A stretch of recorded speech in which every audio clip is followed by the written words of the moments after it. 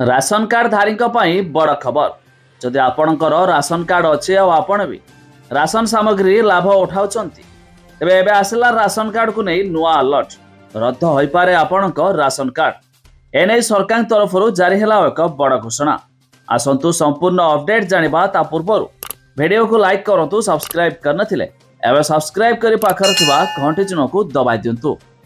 जदि आपण सरकार को मागणा राशन योजना रो लाभ उठाउ तेबे एक खबर आपणक पई अत्यंत गुरुत्वपूर्ण।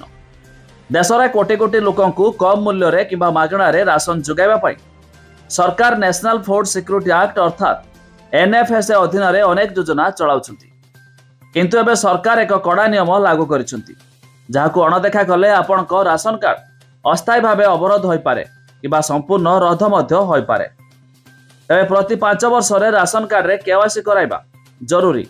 सरकार स्पष्ट निर्देश जारी करिसंती जे प्रत्येक कार्डधारी को प्रति 5 वर्ष रे थरे केवाईसी कराइबा बाध्यतामूलक।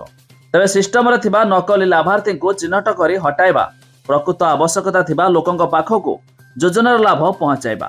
तेबे प्रक्रिया रे कार्डधारी को निजर आधार नंबर, मोबाइल नंबर, ठिकाना और परिवार समस्त सदस्यक तथ्यपूर्ण सत्यापन मध्य करने को पड़ी थाए।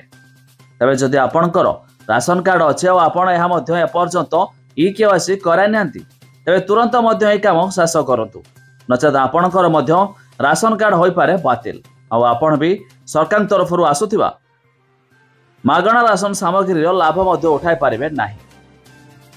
तेबे आपण केवाईसी करिया पय हेले निजर राशन डीलर को सह कांटेक्ट करी केवाईसी मध्य कराई पारिबे।